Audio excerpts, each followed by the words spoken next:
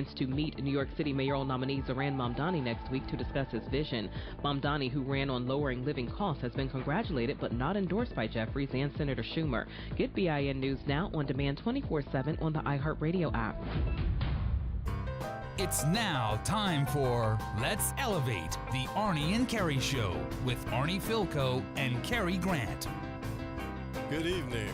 We're on the air. This is the Arnie and Kerry Show. This is Kerry Grant, and I have my great guest co-host, Walt Leger, tonight, and we're going to talk about a lot of different subjects. But first off, we want to just get it out of the way. Everybody, I hope you had a great 4th of July. I know you did, Walt. I know I did. It was great to have a few days off and really enjoy everything that was going on around the city and other places as well. Had a great 4th of July. Spent a lot of time with grandchildren. Hot dogs and hamburgers and swimming. And it was terrific. And always remembering the importance of that day.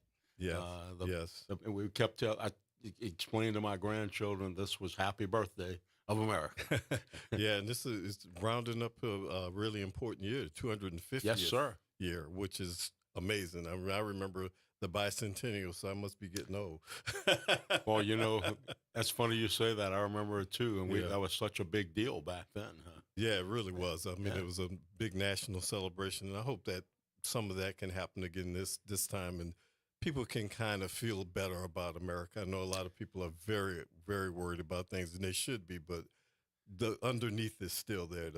What we are. Yeah, we still understand that we have, at least so far, we have a lot. We have certain rights. We're very prosperous. We're very fortunate to be born in this country at this point in time. But not to mention it though, I just learned the other day that for the 250th anniversary, New Orleans and Company is welcoming a whole bunch of tall sailing ships. Oh, great. Into the city from all kind of countries all over the world, including nice. U.S. Navy, Coast Guard training ships, and otherwise.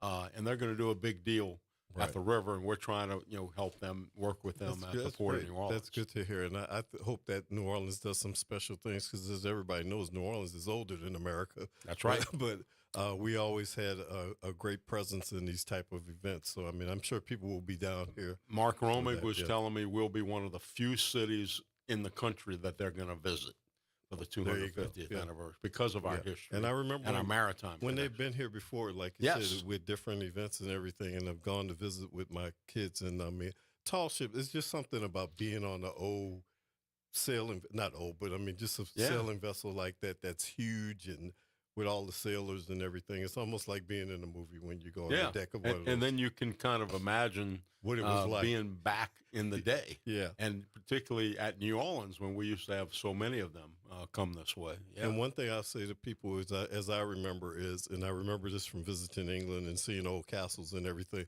when I went below decks on one of the ships, because it was really a refurbished old ship, I could almost not fit in it because everybody was a lot shorter back in those days, and that's something that true, people don't realize. And skinnier too. Right. We were a lot different back in those days. Well, speaking of skinny, I just want to say one more thing about the 4th of July.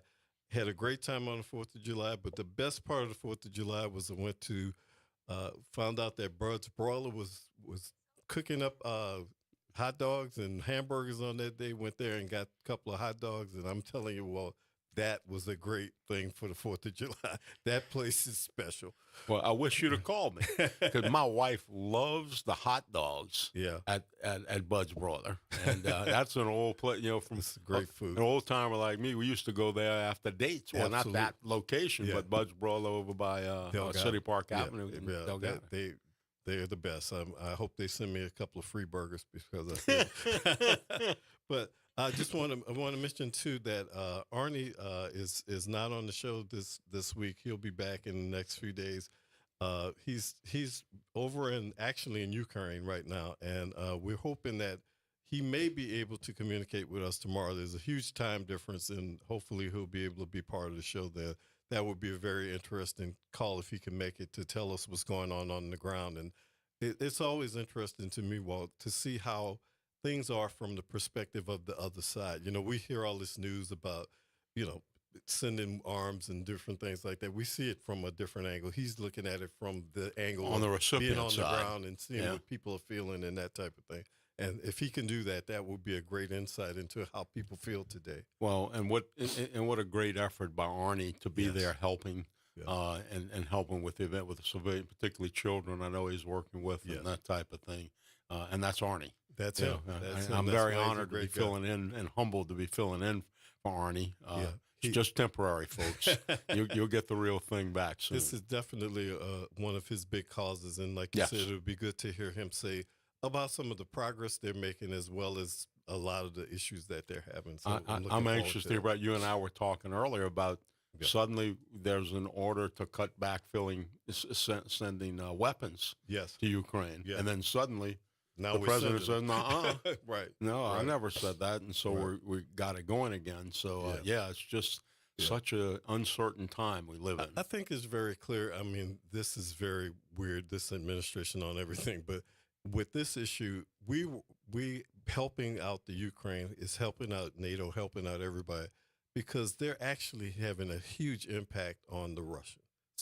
I mean, it's pretty clear to me that they are winning. I mean, it may seem like they're not. It may seem like it's a slog, but they're putting a real dent in Russia's ability to keep this thing going. If it wasn't for Putin just having an iron grip on things, I think they would have quit a long Who time. would have thought that they could stand up to the mighty Russian military? Right, This small country right. And they've that shown. used to be just a part of the Soviet Union. Yeah, I'm with you, Carl. It's an impressive stand against a very oppressive regime. Yes, it really is. So, speaking of the new administration, we're going to talk a lot about the big beautiful bill, as they call it. Of course, we aren't calling it the big beautiful bill, but we're going to talk about that. Particularly, the thing about this bill is it has so many impacts on local people. It really does. I mean, people have to pay attention to what's going on with this. The pluses of this bill, according to the Republicans, really the tax cuts and those type of things, the no taxes on tips and those type of things, and overtime. I mean, people have to understand it's only $12,000 of overtime, no matter how much you earn. And it's a tax deduction. It's not. That's you're right. getting it free. So it's just a whole different type of thing than what people may think this really is. And we're going to talk particularly about some of the impacts that are local to the bill. And go ahead. Well, we can get started on that. Well, subject. first of all, of course, yeah. I mean, some people they refer to it as, and they being the people that have proposed it, as one big beautiful bill. Right. I've heard others refer to it as one brutal bill. Yeah, I think One that's big correct. brutal bill because of the impact that it has on people less able to deal with it. Right. And it's an kind of an interesting thing they've done politically, that the things the big effect that we've all been hearing publicly is the big impact on increasing the deficit. Right. And right. what does Yes. that mean to us, really, locally, Yes. that we're going to increase the deficit? And that's going to happen pretty quickly. But in order to somewhat offset the deficit, they're cutting back on benefits to Yeah. people. And but interestingly, politically, most of those things, like cut back on AIDS, Medicaid, and that Yeah. type of Yes. thing, don't go into effect until after the midterm elections next year. Yeah, but the effects will be felt before that because people are already doing cutbacks at hospitals and the like. So that I get what you're saying, but it's still gonna absolutely, but impact that people immediately. that was a sly political thing. They Yeah, did. absolutely. But the tax cuts Go will into go effect. into effect immediately. Right. Right. And by the way, that's great. We're all happy with tax cuts, except we know historically that cutting taxes for the wealthiest people does not actually. Those that advocated supply side economics, the Reaganomics, and that kind of thing, advocated that economics. Oh, by cutting taxes for rich people, you're going to put money in the we're going to stimulate the economy. But that has never ever. Yeah, we shown right. have 50 years of history about right. that. We have a caller. Well, let me get to Mr. Elmore. Hey, buddy. How you doing? Always a pleasure. How you Hey, doing, how man? you doing there? Look, I'm gonna ask you a question that I don't know. Sure. I think what's so misunderstood maybe by myself and maybe other people is that when the Senate, Mhm. Congress, with a president, be it Republican or Democrat, I ain't mad against it because that's part of the kind of process. But when they pass a bill, Democratic side, Republican side, and say if the bill, if overly extreme to the point where the American people across the board, regardless of party lines, say, you know what? After agreeing on it, I disagree. What I don't understand is a bill ain't a bill if you could change the next 4 years and then say, for example, it's a possibility that maybe Democrats take over Yeah. Congress and Senate. Could it be overturned? That's what I'm asking you. Yes. Yes. Actually, most of the things that are going on, that's one of the issues with the midterms. Most of the things that are going on can actually be overturned, challenged, rewritten, whatever. I mean, whoever controls the way the representative government works, whoever controls or has a majority, and that majority can be one, like it was in the Senate. It was one vote that the thing passed by, can change the very strictures of the bill. As Walt was saying, some of these things can be written out. It is part of the democratic process. It's unfortunate it goes that way. We don't have really a referendum system where the public can say we don't like this. That's the way it is in England, with particularly like with prime ministers. That's why they get turned out overnight, because people decide to have elections to because they don't like what's going on. They have a parliamentary system, which is different. But you're correct. If you had a majority, and you have, especially if you have a big majority that's veto proof, you can really make some changes. I think what's confusing as a layperson, not like you and your co-host, you're very knowledgeable about politics. Yeah. I think the concerning thing that I had, I'm laughing, is that funny. Law ain't law if you could change everything overnight again. So you're going through all these changes, passing the bill, and then 4 years down the road could be changed. Well, God, I mean, what's the law then? Yeah, yeah. You follow me? Yes, yes. No, you're right. There's an interesting aspect to this bill, too. There was genius. Some people would say good genius. Some people would say bad genius in the way they put this one big, beautiful bill together. And that is because and again, we're getting very technical, but because of the process, in the Senate, senators can filibuster, right? But you can beat the filibuster only with a 60 vote margin, right? Well, and the Republicans don't have that; they have 53 votes. So if it was a normal bill, like if you remember Obamacare, they tried to overturn it.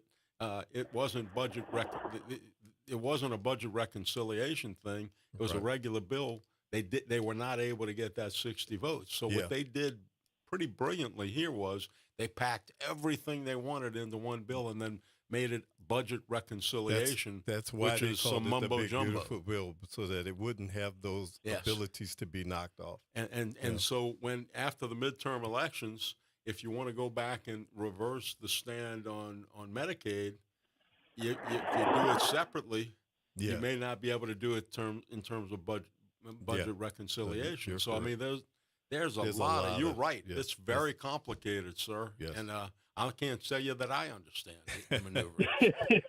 Well, thank you. Don't laugh. I say, I'm not laughing. It's not funny, but I appreciate y'all. No, if y'all don't understand it, good luck for me, y'all.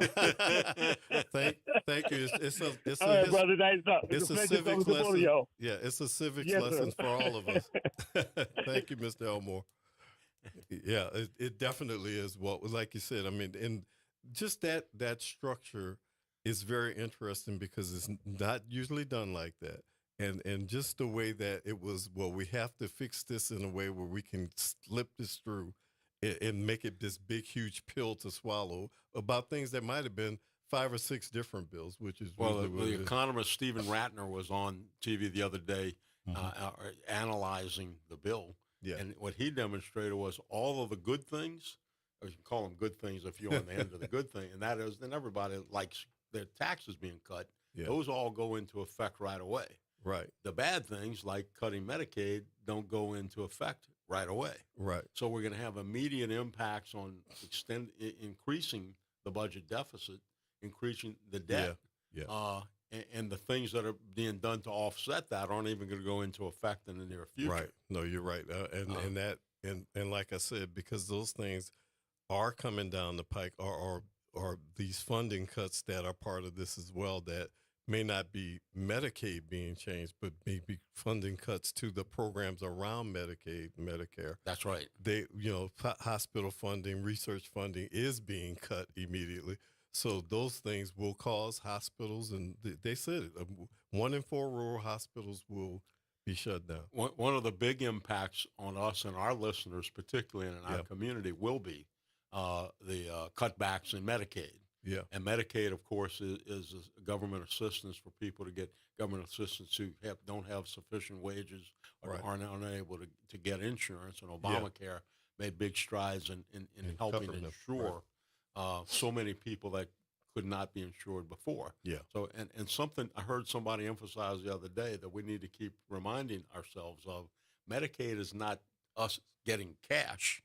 It's you go to the only you get help when you need medical assistance. Right. And then it doesn't go to you. It goes to the medical institution. And the That's right. hospital and the doctors. Yeah. And so what happens is, the way it works is because of a Medicaid expansion that some people may have heard about, that John Bel Edwards, Governor Edwards, very controversially supported. Yeah. What it means is you go to a hospital, you use Medicaid, you go to the doctor, you use Medicaid. The state pays 30%. I'm sorry, the federal government pays 70%. But the state pays 30%. Right. Now, you if you're no longer eligible for Medicaid, you still go to that hospital when you need medical attention, and they have to treat you. But now the state pays 100%. Yes. What they've done is they've taken the federal money away, so it will not be it'll be hurting the states and the people of the states. And so what happens is the rural hospitals that rely largely on Medicaid cannot handle it because the state won't be able to fund them. Yeah, it's a very bad situation. So we'll have hospitals shutting down. People will be unable to get medical care, particularly in the rural areas. They'll be driving 4 or 5 out. Doctors are telling me people will simply die. Yeah, I agree. And the other part, that everything with this administration is very damaging to women particularly. And in Louisiana, we're one of the states with the highest percentage of births that are funded by Medicaid. Yes. And it's 64%. And with that number, that means that 64% of the births in the state, however many that is, will be under duress.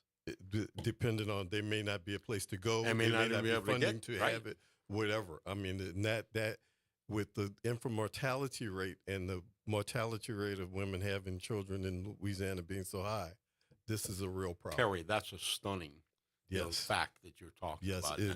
This is the thing that jumped out at me from doing research about this. Absolutely. Yeah. It's really, it's mind-boggling that it could be even considered that we would be cutting back on Medicaid. And as we said before, and we're going to talk more about this after the break, but as we said before, this bill really, truly does not transfer money from one thing to another. It literally takes money away.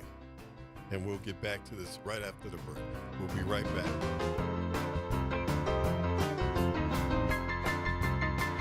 Get in on the conversation at 504-582-9422. Real issues, real talk, real solutions. Miss an episode of The Reality Check? You can catch every episode anytime. Search WBOK Media on your favorite podcast app to tap the bold commentary, real-time reactions, and powerful perspectives from the people and leaders shaping our city. Download, share, and rate it 5 stars, because the real ones always stay informed.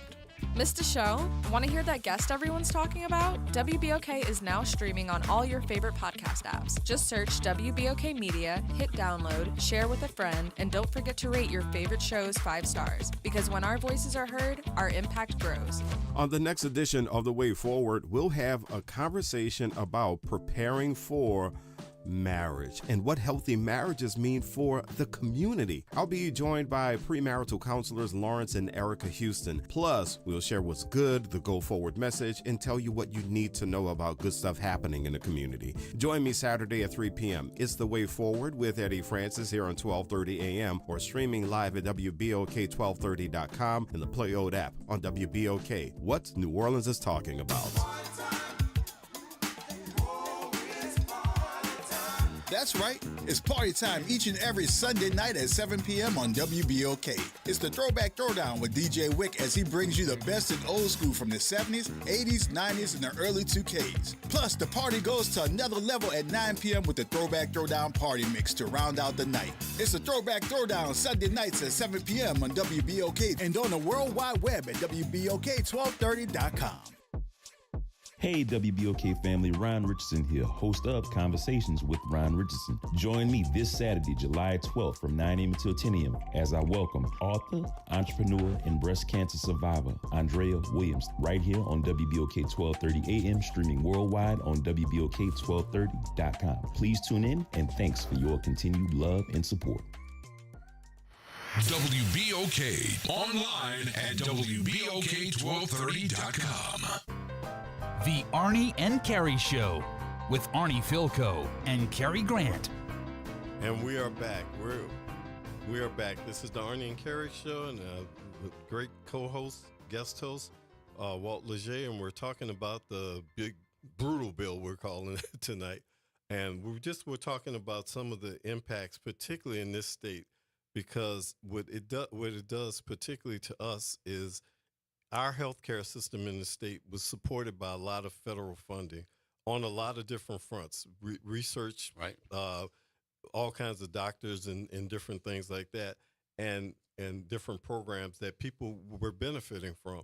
And now those benefits are being cut, those things are being cut, and they're already creating new guidelines for Medicaid as well, because they're talking about people working, they have work situations. Some people can't work because of Medicaid because it's about disability. And that's right. I saw a woman on television, her son is very disabled, and she takes care of her son, and that's how she funds she pays a small portion of it, but that's how she takes care of her son.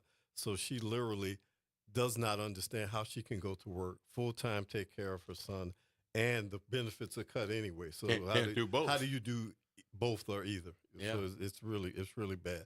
And I wanted to talk about a community I read about, which is particularly close to home because it's close to us, and I've spent time down there. But Bogalusa was cited as a place that, because of what their industry is there, they have a nice hospitals there and a nice healthcare system there that's kind of centralized there for those parishes. And a lot of people are employed by these systems, like 5,000 people are employed overall with the hospital and the healthcare system down there. And that's their major industry. And these cuts are directly going to affect them and the people in Bogalusa, which I'm sure a lot of people in our listening audience have family members or have visited there. And it's really devastating what potentially will happen to Bogalusa, as you said. And I don't think the state can cover 100% of 100%. I don't think that can be possible with our state budget. Well, think about it. Yeah, I mean, so because they're cutting taxes, in favor of billionaires, we're supposed to increase our taxes to cover the cost of health care. Right, exactly. Here in a poor state like Louisiana, right, like Alabama, like right, Mississippi, right. I mean, that's almost impossible.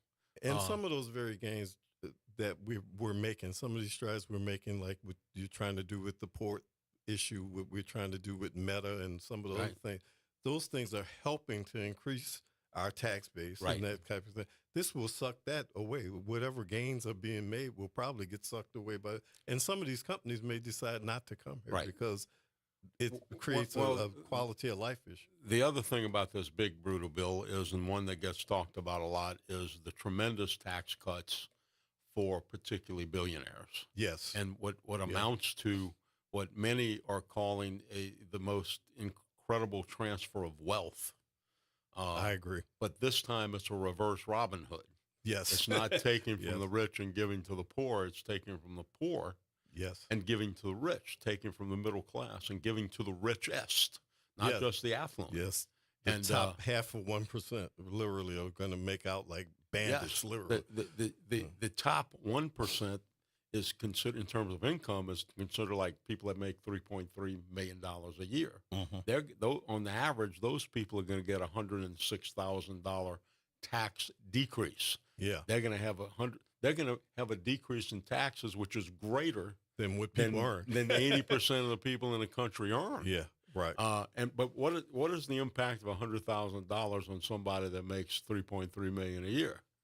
It's negligible. Right. It's and minimal. and it's right. not going to change their life. Right. They're not going to get any. I mean, it's not going to improve their quality of life one bit. Right. But nonetheless, it will shift the burden of funding services, the military, now increased expenditures on ICE and otherwise, to the poorest. The poorest, statistically, will also have a tax decrease, technically, of about $560. Right. $560. Yeah.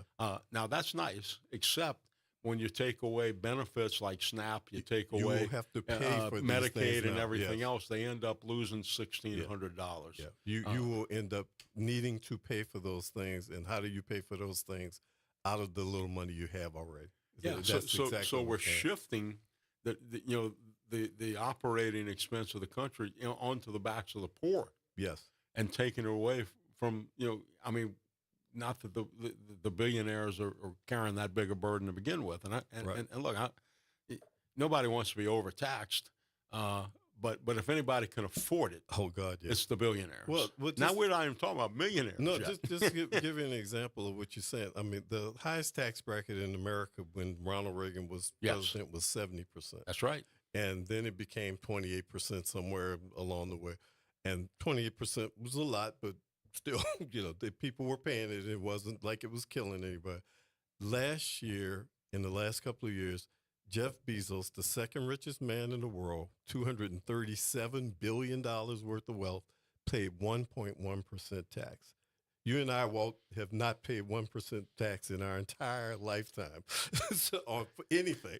So Look, that is an incredible number to me. I know this sounds silly, but I tell my CPA I love paying plenty taxes because it means I'm making money. Yes. Yeah, yes. But Right. on the other hand, there's a thing that about the way the tax structure works, and the tax structure is targeted to taxing work, not wealth.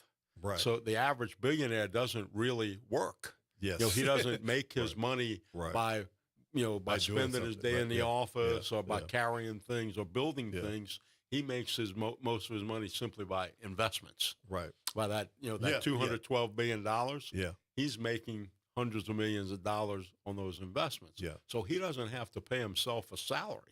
Right. Of course. because he'd Yeah. be taxed at a higher rate on the salary. So he just as soon do it. And then of course there are all kind of tax benefits that normal people like us may not even understand. Right. But the capital gains taxes, different types of deductions and legal ways to shield yourself from even earned income. Yeah. And so those of us that work for a living that have to get paid, you have to do work to get paid. We do pay a higher percentage than those guys because they're not getting paid to work. I'm not knocking. Good for them. Yeah. That they were able to produce $200 billion. Right. But what's terrible about it is, especially this bill, and people should really research this bill. What is terrible about it too is, like you said, increases to defense or something like that. And the defense is already the biggest part of the budget. That's right. There is, and it's increasing even more. And the issue is, and I always ask this of people because I worked for the city for a long time. I would ask people directly. I would say, okay, you want to cut taxes, you want to cut whatever. I said, well, what do you like for fun and what don't you like for fun? And people always would say, well, I want police protection. This is the same kind of argument.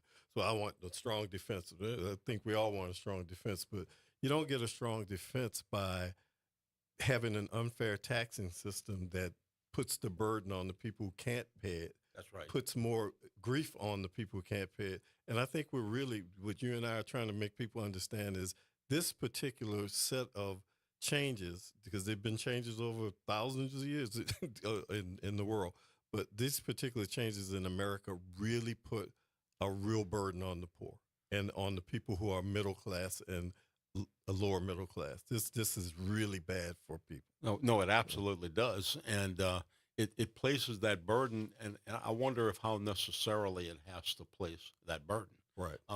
Because we also see the various cutbacks in programs that have been, that DOGE has been involved in, and we're going to talk, I'm sure, in a little bit about the impact of the cutbacks on disaster response and otherwise. Yes. But now also in this same bill is a bill to spend an additional $170 billion on ICE. Yes. On border defense. Right. So we're taking money that that And is for going to be prisons saved to from imprison Medicaid, people, right. and we're going to give it to ICE enforcement. Yeah. Now, that's a matter of priority. Some Yes. people may think that's more important, not the person that needs medical assistance or Right. the lady you talked about Right. who can't work because she's caring for her sick child. Yeah. I mean, the like you said, I mean, some of that is for these things like this alligator Alcatraz thing, and those things are not needed. There are things that people want to do because of political motivation. They're not needed. This woman needs our help. And That's I right. think you and I and most people, we say this even about our Republican friends, most people have some heart somewhere and would rather spend that money on that. Particularly if they understand it. Yeah. Right. I have another caller. Don, hello. How you doing this evening? Hello, how you doing? Cary Grant and Hey, man. the guest. Yeah, Walter. This is Walt. What's Go the ahead. guest name? Walt Leger. How you doing there, man? Walt Leger. Yeah, I kind of Leger. How you doing this evening, sir? And I'm the old Walt Leger, by the way. Don't mistake me for my son, so don't hold against him anything I say. They say that's a blessing when you can pass on your inheritance while you're still living. That's a good thing. If you have one. And but my comment, well, did not former Governor Jindal do serious damage to the hospital system in Louisiana? Yes. Yes. Absolutely. Yeah, but and looking at all the many reports, the SNAP program, Yes. has a return on that, and it is considered an investment. The return, the multiplying effect of the SNAP program. It's not a deficit when people think, it's bringing down, it's increasing our spending. It really brings in for every dollar spent using SNAP dollars, if you will, it's at least $1.79 coming back to the government. I guess 79 cents if you take away the dollar. But it's been proven that it's not a deficit project. No. It is more of a debit or credit to the government. But I want to ask you a question. Y'all talk about taxes. I think when we say tax, we have a blanket type of response to taxes. There's all types of taxes. Yes. And the largest taxpayers that I've seen, based on simple math, are your high wage earners, i.e., your professional athletes. Absolutely. Yes. And your actors and actresses. I don't know what the sales tax, the state tax, income tax is in Louisiana. I think they got a flat tax now or something. But the federal, the high wage, the highest tax bracket is what, 37.9 federal? Mm-hmm. So LeBron James said in California, 13.5% state tax and 37.9% federal tax. These athletes and these high wage earners, actors, and are paying 50% in income tax. Yeah. Not to mention sales tax and property tax. So I don't want to homogenize the word tax. I like people when they're discussing tax to specify what type of tax are you talking about, in order so we can get a grasp of the impact that it has, negatively or positively. Sure. Well, that's the point. In this bill, the taxes that are being reduced are actually taxes on earnings, on income taxes, and that's what I was saying before. That our system is designed to tax people who are paid for working, not necessarily taxes on on investments, investment growth, and otherwise. And even then, there are shelters in terms of or ways of deferring tax, like capital gains taxes and this, that, and the other. Oh, there's no question. If you're getting paid $21 million a year like Drew Brees was being paid, you're paying a significant amount of tax. There are ways you can shelter it. But no, you're still going to make a significant amount of tax. But once you get after tax dollars, you can invest that money and you can largely shelter or defer a lot of the tax liability on that. Yeah. So, yep. All right, Don. Thank you, man. All right. Let me mention something else that's kind of a deferred result, and a lot of people are talking about it too. Yes. Of the this budget act, and that is we indirectly talked about it, but it's an increase on the deficit. Yes, because it increased, and because it's cutting. Some people use the term. I find it a little awkward. They say when you're cutting taxes, you're actually it costs the federal government because they're not getting the revenue anymore. We know as business people and as workers too, that as long as there are multiple ways to make money. One is you're making a certain amount of money, you can cut your cost, right, and you make a little bit. That way you're getting a bigger gap. Or the other way is make more money, make more total revenue at the same cost and otherwise.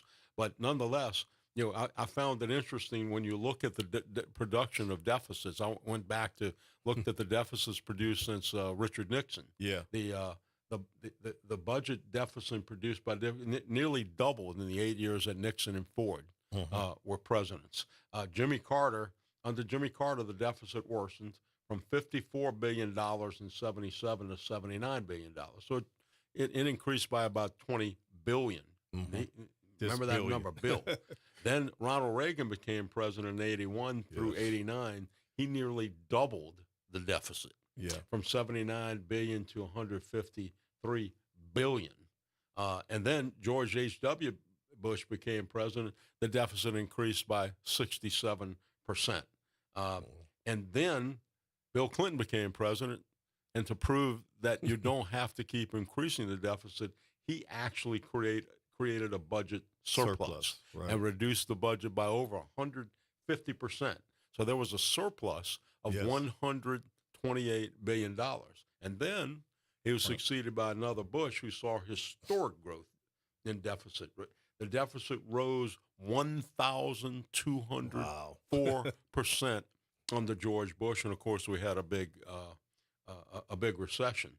Barack Obama became president in 2009 and fought that recession, but he also cut the deficit by 53%. So it can be done if you don't just cut taxes, if you also can increase revenue, and do it smartly. And there's another thing that our caller just said, and forgive me, I don't remember your name, but you talked about the expenditure of SNAP money as a, we're taught in our first class of economics in college that there's a thing called an accelerator effect or a multiplier effect of the expenditure of money, and money multiplies, grows the economy when it's spent on consumer products. Not when it's given to billionaires. When you give money to those, you're buying food with SNAP money. You're buying a commodity. You're buying commodities, and that's putting people to work, and that's giving income to people. And the other thing I want to say is, I know that all these things we're talking about, and we want to talk about SNAP too, and I'm going to talk about it quickly. SNAP, being this thing commonly known as food stamps, is a thing that helps people out. If you cut this back, again, you have a state that have a lot of people on those programs. Cutbacks does not mean that the money's coming from the federal government to the state. The state either has to increase revenue or cut back something else to fund this if they choose to fund it. So now you have, I don't have my Medicaid, I don't have my SNAP benefits, and a lot of these families are the same families. And folks, this goes across demographics as well. So people need to really focus on, this is not just going to be certain groups that people don't like or whatever. It's going to be a lot of people. And I'm going to go back to your previous caller, what he commented about the impact, the positive impact of that. Even if you don't have a heart, even if you don't care about those people, that food is purchased from some store. And some farmers are producing it, and now you're not purchasing the food. So farmers, people bagging the food, people, distributing it, and are not getting paid. They're out of work. Is the third leg of this horrible stew for Louisiana, and that's what we have to really focus on, is USAID, which transported food around the world, particularly rice and the type of products that we make in Louisiana, now will not be doing that. So now you got a farmer who's not making money. You have people not buying his product locally either. You have, it's just a massive. So you problem. got people starving who need the rice, right? And we got rice farmers in Louisiana who have nobody to sell the rice to, right? Because they've already, fulfilled the domestic market. You're right, and you got the middleman who's taking their rice and shipping it to USA. Of course, it's a complex economic system. You have to be pretty simple-minded to not understand that every time we do something, we spend money. It's helping somebody else earn money. Yeah. I wanted to get into this before we get to the last break and the end of the show, but this situation in Texas, which is a horrible situation. Yeah. Any natural disaster is a horrible situation, but whenever you have a situation where a lot of kids particularly were involved in it and people seem to not have been informed or whatever, this was a horrible situation, but it also is from budget implications, particularly DOGE implications, which is not a legal department, cutbacks and the like. And I know you wanted to talk about some of that subject. And this is another side of just being cruel to me that creates havoc where havoc doesn't need to be created. I guess we'll see if we have a real honest investigation of the impact of those things on this event. Right. It honestly may be too soon to claim that a lot of these budget cuts and these rollbacks and these things had an impact there. I frankly think it played a part. Yes, I do too. But it is, if nothing else, it's an indication that we may be looking in South Louisiana and Mississippi and Alabama and Florida to the fact that there are budget cuts in the National Weather Service, the NOAA, the National Oceanographic Atmospheric Administration, the National Institute of Science, and FEMA. Yes, that those cuts will directly. This may be giving us a hint. Look out! The canary in the coal Here it's coming. Yeah, here it's coming. Is. We had a little impact because yes, we did have 5 National Weather Service people in the office because they have offices in San Antonio and I think Santa Marco. Yeah. But they were missing 2 crucial senior members of their group, including the person who was in charge of coordinating the information that they generate scientifically in translating that to the local responders. Right. That was a person they've had. Right. That may have been the single link. Yeah. That contribute. I don't know, but we need to have an investigation to find out. Absolutely. Why didn't people know earlier? Absolutely. And we'll be right back, and we'll talk a little more about this. We'll be right back in a moment.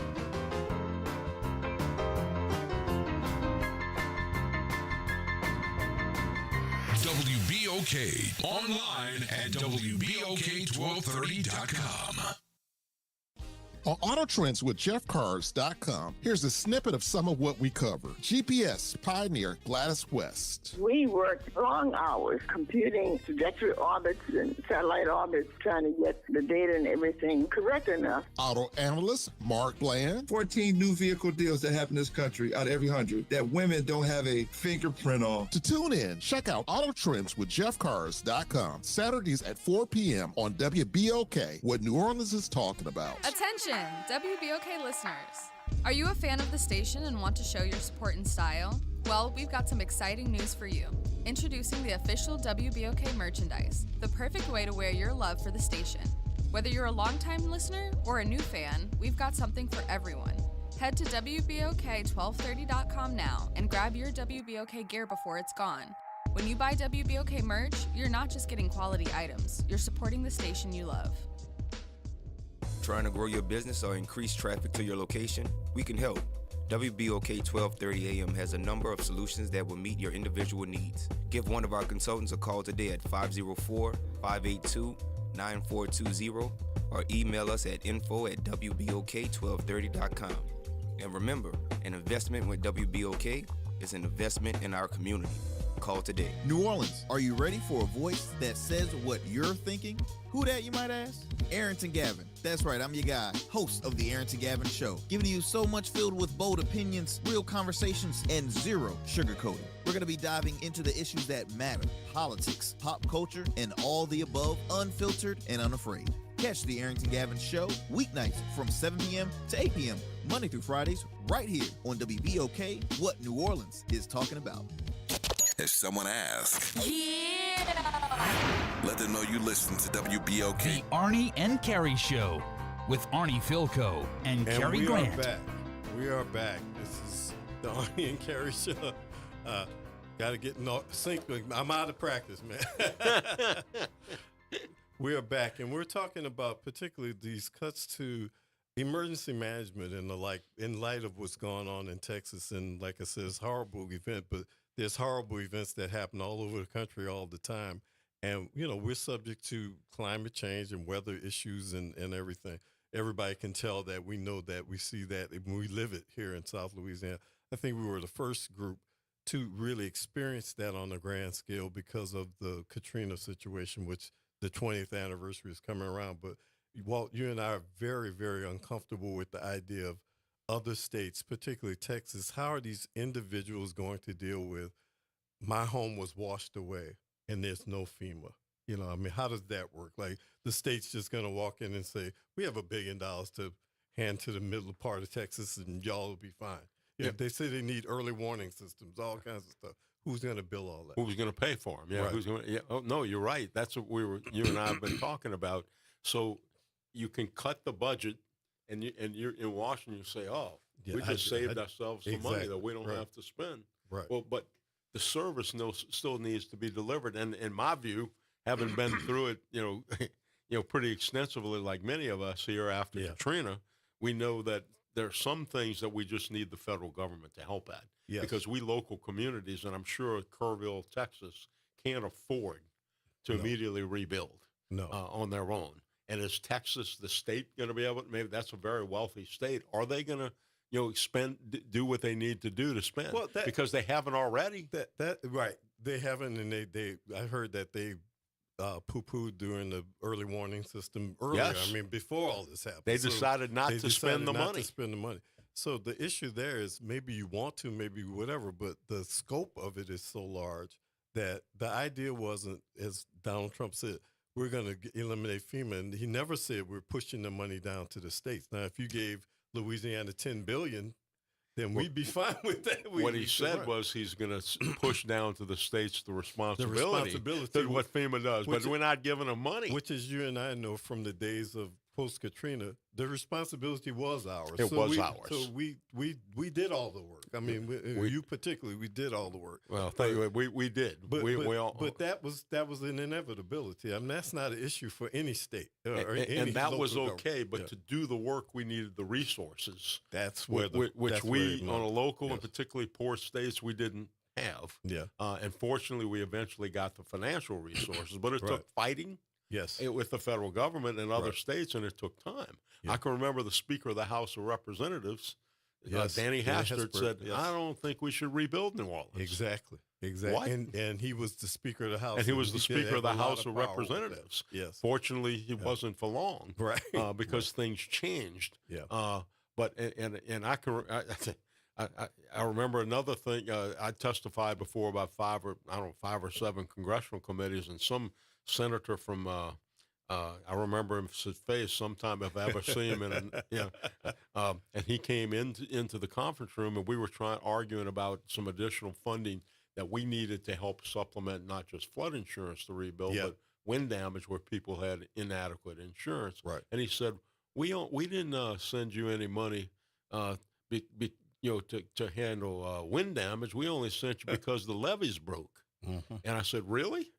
I didn't know that. I said, because a lot of our damage was done where we had no levees. I said, but by the way, if you want to compensate us for the breaking of the leverage, I would ask you to offer legislation which takes away the legal immunity of the U.S. Army Corps of Engineers and let us sue for actual damages, not what you just decide to give us. Right. But in any event, that was a nasty response. But in any event, there were attitudes of people in other parts of the country that we're just not going to help.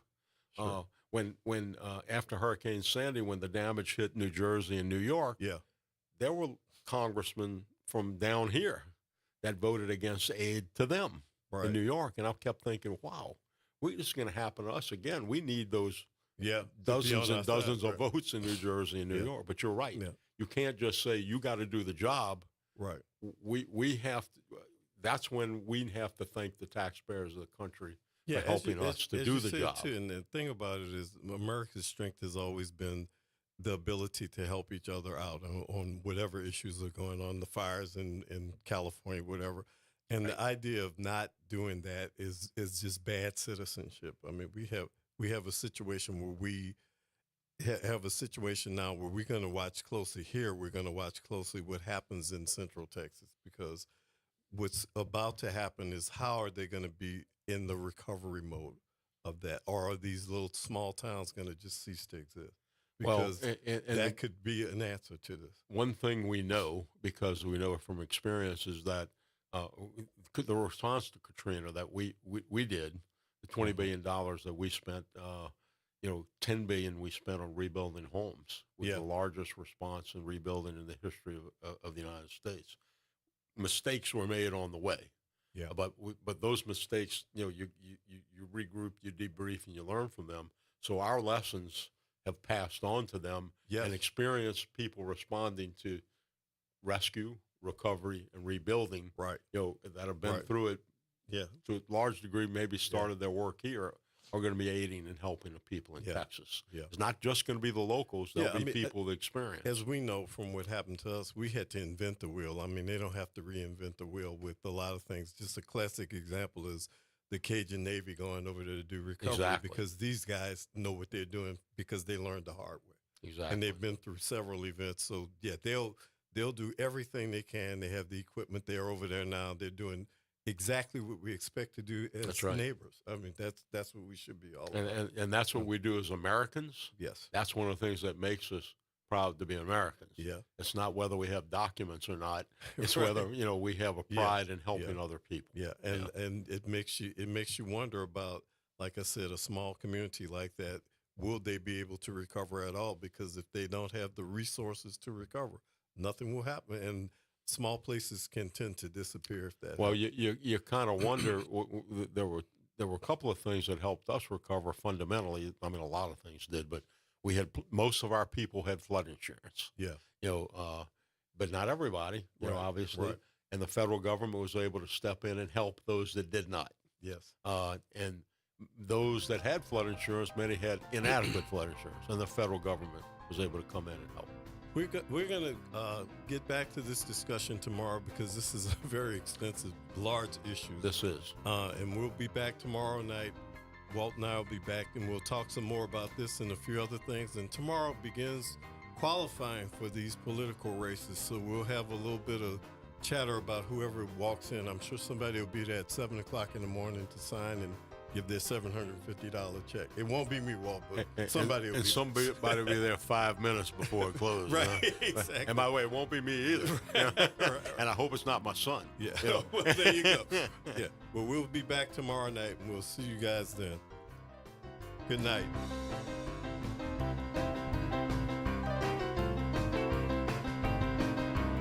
This is Arrington Gavin, and the Arrington Gavin Show is coming up next.